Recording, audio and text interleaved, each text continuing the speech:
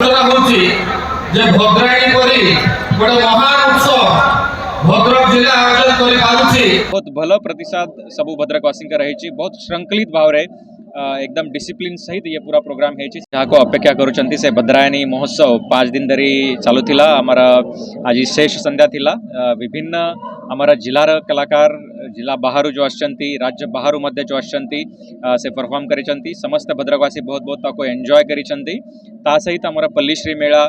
agriculture equipments मेला मध्य थिला से stalls को मध्य जो एसएचजी स्टॉल्स अच्छी सेठी मध्य समस्त भद्रकवासी आसिकी तांकर प्रोडक्ट एसएचजी मामानकर प्रोडक्ट देखिसंती बहुत भल प्रतिसाद सबू भद्रकवासी रही बहुत श्रृंखलित भाव रे